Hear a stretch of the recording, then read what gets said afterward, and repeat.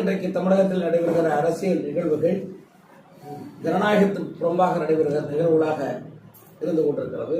அதுவும் சட்டப்பேரவையிலே நம்முடைய சட்டப்பேரவை தலைவர் டெல்லியிலே இவருடைய நாடாளுமன்ற உறுப்பினர்கள் எப்படி செயல்படுறார்கள் என்பதையெல்லாம் மறந்துவிட்டு எங்கேயும் இந்த தமிழகத்தினுடைய சட்டப்பேரவை தான் இவர் ஒழுங்காக கான்ஸ்டியூஷன் பிரகாரம் நடத்துவதாக அவர் நாடகம் ஆடிக்கொண்டு அவர் இஷ்டத்திற்கு பேரவைத் தலைவர் பதவியிலே உட்கார்ந்து கொண்டு அவர் இஷ்டத்துக்கு பேசுகிறார் சட்டமன்ற உறுப்பினர்களை. ஆக இது போன்ற நிகழ்வுகள் எல்லாம் இந்த நாடு பார்த்து கொண்டுதான் இருக்கிறது.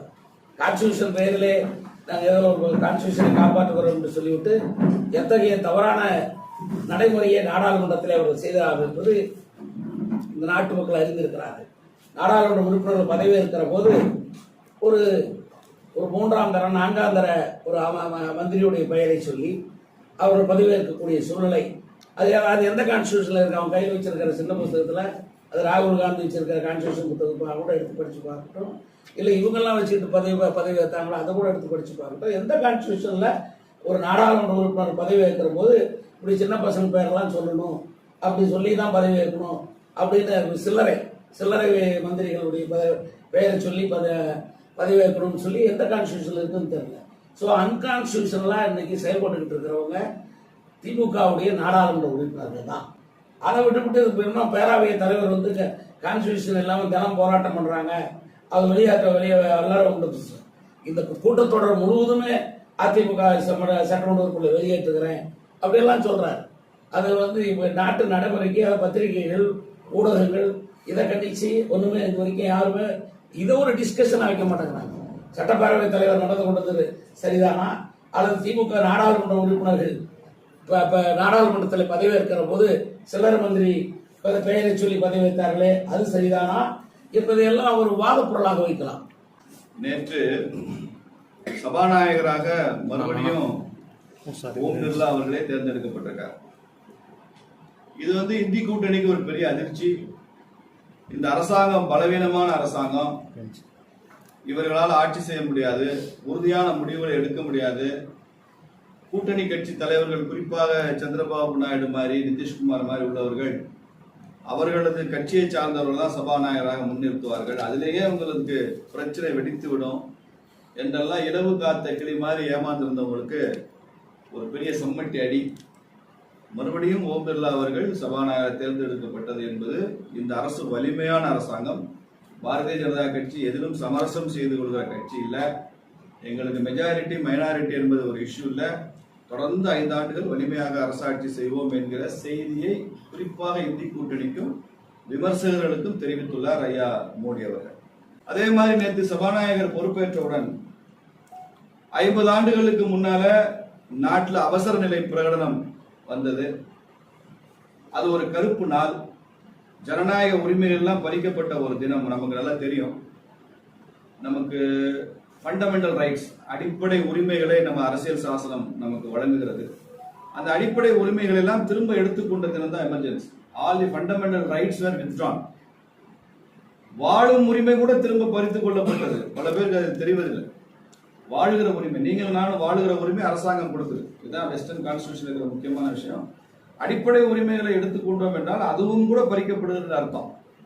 அவ்வளவு மோசமான ஒரு தாக்குதல் இந்திய ஜனநாயகத்தின் மீது நிகழ்த்திய நிகழ்வு. அதை எதிர்த்து நாடெல்லாம் போராடினாங்க. 1,25,000 பேர் நெருக்கடி நிலையை எதிர்த்து போராடி சிறை சென்றவர்கள். 2 வருஷம் ஜெயிலில் இருந்தவங்க, 1.5 ஆண்டுகள், 2 ஆண்டுகள், 2.5 ஆண்டுகளுமே ஜெயிலில் இருந்தவங்க. அதுல 1 லட்சம் பேர் பிஜேபி RSS காரங்க. அதே மாதிரி தமிழ்நாடு அசெம்பிளியில ஜாதிவாரி கணக்கெடுப்புக்கு மத்திய அரசை வலியுறுத்தி தீர்மானம் நேற்று நிறைவேற்றப்பட்டிருக்கு. இத மாதிரி ஒரு ஏமாற்று வேலை எதுவுமே இல்லை. மாநிலங்கள் சாதிவாரியாக கணக்கெடுப்பு நடத்தலாம்னு மத்திய அரசும் சொல்லியிருக்கு. நீதிமன்றங்களும் நிறைய நீதிமன்றங்கள் அந்த கருத்து சொல்லப்பட்டிருக்கு. அதை ஏற்றுக்கொண்டுதான் பீகார் மாநிலத்தில் அவங்க ஜாதிவாரி கணக்கெடுப்பு நடத்தியிருக்காங்க. கேரள மாநிலத்தில் கூட அதற்கான முயற்சி நடந்து கொண்டிருக்கு. இப்படி நீங்க மாநிலம் நடத்தலாம். நீங்க ஏன் மாநிலம் நடத்தவில்லை என்பதை சொல்லுங்க. முதல்ல சாதிவாரி கணக்கெடுப்பு ஏன் மாநிலம் நடத்தவில்லை? தமிழக திமுக அரசாங்கம் ஏன் அதை செய்யவில்லைன்னு சொல்லணும். ஒண்ணு. 2வது, ஜாதியை ஒழிக்கிறேன், கையில கயிறு கட்டுறதை ஒழிக்கிறேன்னு சந்துரு கமிட்டி அறிக்கை இருக்கு. ஒரு பக்கம் நாங்க ஜாதியை அடையாளமே இருக்கக்கூடாது, ஒழித்து விட வேண்டும் என்பதற்கு ஒரு முயற்சி. இன்னொரு பக்கம் ஜாதிவாரி கணக்கெடுப்பு நடத்தணும்னு ஒரு முயற்சி. அப்போ இந்த ரெண்டு ஒண்ணுக்கு ஒண்ணு முரண்பட்டது அப்படின்னு பல நடுநிலையாளர்கள் எங்களை கேள்வி கேட்கிறாங்க. அது என்ன பதில் என்பதை திமுக தரப்புல தெளிவாக சொல்லணும்.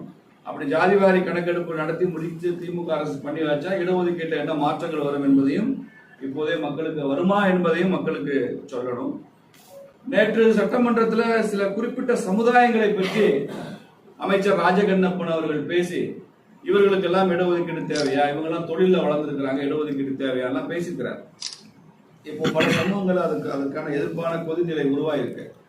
இப்போ தொழில முன்னேறி இருக்கிறாங்க, இவங்களுக்கு இடஒதுக்கீடு தேவை இல்லை அப்படின்னு ஒரு அமைச்சர் பேசினா, அது சமூக நீதி காக்க வேண்டிய பிற்படுத்தப்பட்டோர் நலத்துறை அமைச்சரே பேசினா, அப்போ நீங்க பொருளாதார அளவுகோலை ஏற்றுக்கொள்கிறேன்னு அர்த்தம். பொருளாதார அளவுகோலுக்கும் இடஒதுக்கீடும் சம்பந்தம் இல்லை என்பதான ஒரு நிலைப்பாடு. அப்ப தொழில வந்துட்டான்னு சொன்னா, அப்ப எல்லா பிசி கம்யூனிட்டிலையும் தொழில வளர்ந்த பல குடும்பங்கள் இருக்கு, இடஒதுக்கீடு நம்ம எடுத்துலாமா? பட்டியல் சமுதாயத்திலேயே சில பேர் தொழிலையும் வளர்ந்து வந்துட்டு இருக்காங்க, பொருளாதார நிலையிலேயே உயரத்தில் இருக்கதான் செய்யறாங்க, பட்டியல் சமூகத்தில் இருக்காங்க, முஸ்லீம்கள் இருக்காங்க. அப்ப அதெல்லாம் எடுத்துடலாமா? எம்பிசி கேட்டகரியில இருக்காங்க, தொழில வளர்ந்த சில குடும்பங்கள், சில பகுதி மக்கள், சில மாவட்ட பகுதியில் இருக்காங்க, எடுத்துலாமா? இது என்ன லாஜிக்னு தெரியல. இது முற்றிலுமாக அவை குறிப்பிலிருந்து நீக்க வேண்டும். ஒரு சமுதாயத்தின் பெயரை குறிப்பிட்டு தொழில வளர்ந்திருக்கிறாங்க, அதனால அவங்களுக்கு இடஒதுக்கீடு என்று கேட்டது என்பது இது சமூக நீதிக்கு எதிரான, இடஒதுக்கீட்டுக்கு எதிராக அமைச்சர் பேசியது. அதை அவை குறிப்பிலிருந்து நீக்குவதற்கு சபாநாயகர் அதுக்கான ஆவணம் செய்ய வேண்டும் என்று நான் கேட்டுக்கொள்கிறேன். இந்த கள்ளக்குறிச்சி சம்பவம் தமிழக மக்களின் மனசாட்சியை உலுக்கியிருக்கு. அதனால அது நிச்சயமா விக்கிரவாண்டியில அது பிரதிபலிக்கும். அதுக்கு திமுக என்ன செய்யும்? இன்னும் அதிகமான பணத்தை கூட்டுவாங்க, இன்னும் அதிகமான அதிகாரத்தை துஷ்பிரயோகம் பண்ணுவாங்க. அந்த அளவு பண்ணி தான் ஜெயிக்கணும்னு நினைப்பாங்க.